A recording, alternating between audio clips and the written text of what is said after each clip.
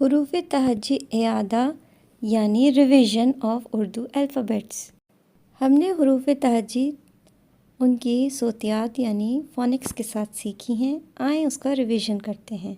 الف کی آواز آ، بے کی آواز با، پے پا، تے تا، ٹے ٹا، سے سا۔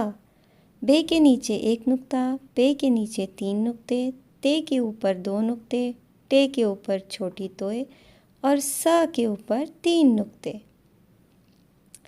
آگے دیکھیے، جیم کے اندر 1 نقطہ، جا، چے کے اندر 3 نقطے، چا، ہے کے کوئی نقطہ نہیں، ہا، خے کے اوپر 1 نقطہ، خا۔ دال، ڈال کے اوپر چھوٹی توئے، زال کے اوپر 1 نقطہ۔ یہ ہے دال کا خاندان۔ رے، را، رے کے اوپر چھوٹی توئے، زے کے اوپر 1 نقطہ اور پھر ژے کے اوپر 3 نقطے۔ یہ رے کا خاندان تھا۔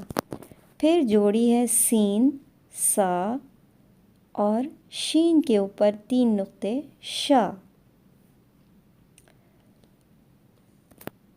اس کے بعد دیکھیے سواد، جس کی آواز ہے سا، اور زواد، جس کے اوپر 1 نقطہ اور اس کی آواز ہے زوا۔ یہ دوسری جوڑی ہے۔ تیسری جوڑی ہے عین اور غین، غین کے اوپر 1 نقطہ۔ پھر ہے فے، فے کی آواز ہے فا، فا کے اوپر 1 نقطہ اور قاف، جس کے اوپر 2 نقطے ہیں۔ پھر ہے کاف اور گاف، کا اور گا، جو کہ اردو حروف تہجی کی آخری جوڑی ہے۔ پھر دیکھیے لام، لا، میم، ما، نون، نا، واو، وا، ہے، ہا، یہ، یا۔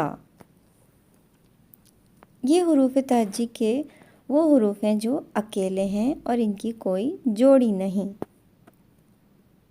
الحمدللہ ہم نے اپنے حروف تہجی کا ریویژن کمپلیٹ کیا۔ جزاک اللہ خیراً کثیرا۔